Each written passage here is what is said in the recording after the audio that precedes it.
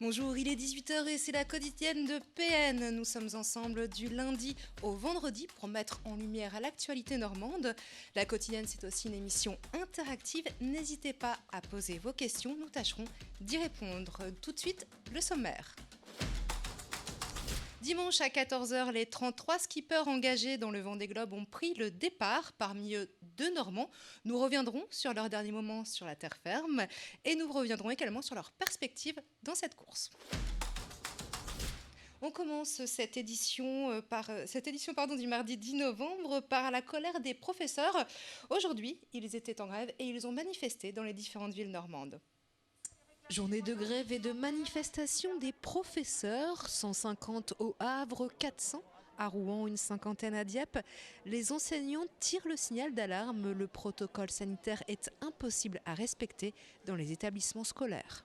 Au collège, alors évidemment, il y a un peu moins d'élèves par classe, mais on est quand même à 30 à peu près, entre 25 et 30 selon les collèges, dans des salles qu'on ne peut pas non plus aérer beaucoup, puisqu'il y a des protections pour éviter, protection contre le suicide notamment. Dans les couloirs, on a vu des images de lycée, mais en fait dans les collèges c'est la même chose. Il y a impossibilité totale et complète de faire une circulation avec distanciation dans les couloirs. À la cantine c'est pareil. Et au niveau des agents d'entretien, d'ailleurs dans les lycées c'est la même chose. C'est clair, il y a le même nombre d'effectifs qu'avant le Covid, sauf que maintenant ils doivent désinfecter, donc ils sont épuisés. Et clairement ils n'ont pas le temps de désinfecter comme il se devrait.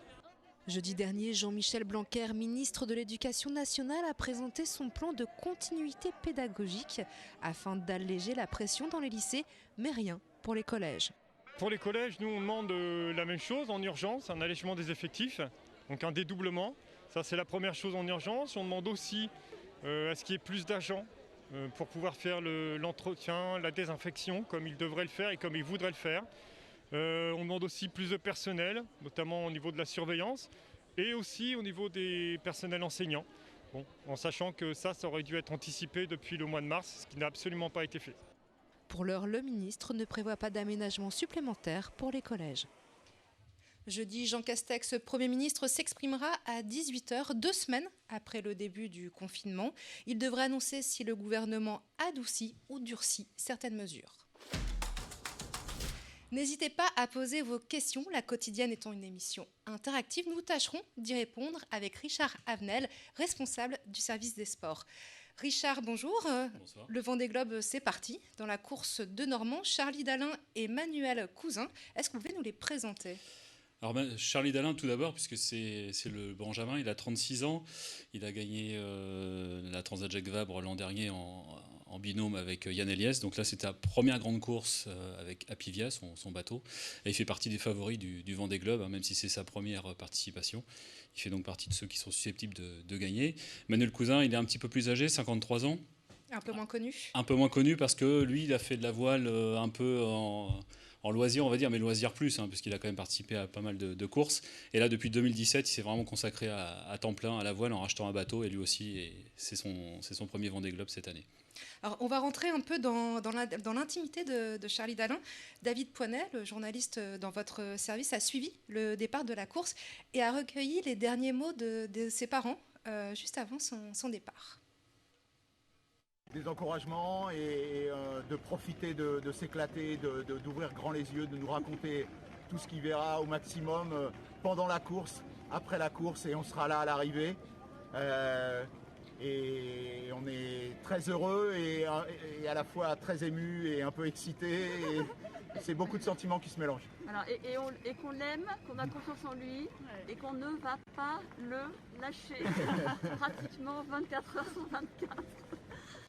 Alors il y a beaucoup d'émotions dans les voix, dans les mots de ses parents. Pourquoi ? Qu'est-ce qu'elle représente en fait cette course pour les skippers ? Alors pour les skippers, c'est un peu c'est l'Everest, c'est la Coupe du Monde du skipper. C'est vraiment la course que tout le monde veut faire. Et en général, c'est vraiment des courses très, très difficiles. Ça peut durer ça va durer plus de 70 jours pour les premiers. Manuel Cousin, lui, a plutôt estimé à 100 jours en mer, avec, c'est un tour du monde, sans escale, en solitaire, sans assistance. Donc il peut se passer tellement de choses. Et sans Noël. Et sans Noël, alors, ils auront un Noël. Alors donc justement, David a pu converser avec les 2 skippers, où ils ont expliqué ce qu'ils pouvaient emmener.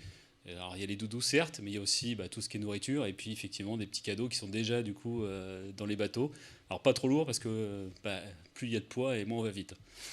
Donc ça fait plusieurs mois, comme je le disais, que le Normand se prépare et notre journaliste David Poinel s'est glissé sur le ponton et a recueilli les derniers mots du skipper avant qu'il prenne la mer.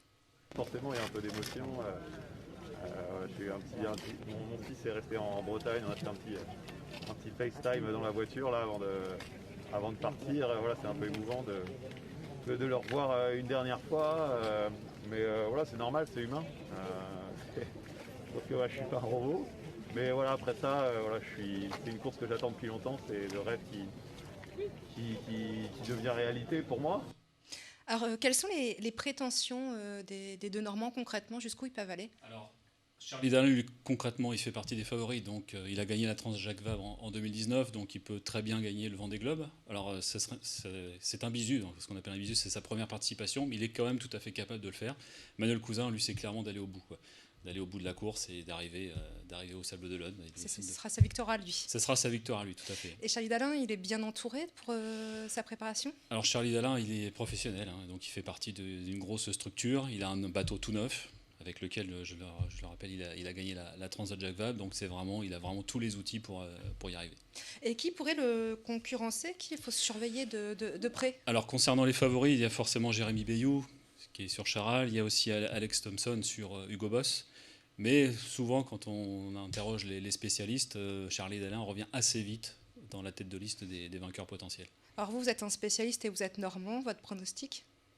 Bon, on va dire Charlie Dalin, parce qu'on va rester un peu chauvin. Super. Merci beaucoup Richard, pour votre éclairage sur cette course. Vous pouvez suivre le Vendée Globe et les performances des Normands sur le site des Vendée Globe.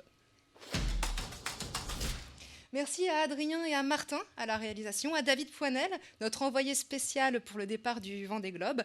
Exceptionnellement, nous ne nous retrouverons pas demain, mais jeudi. Bonne soirée à tous.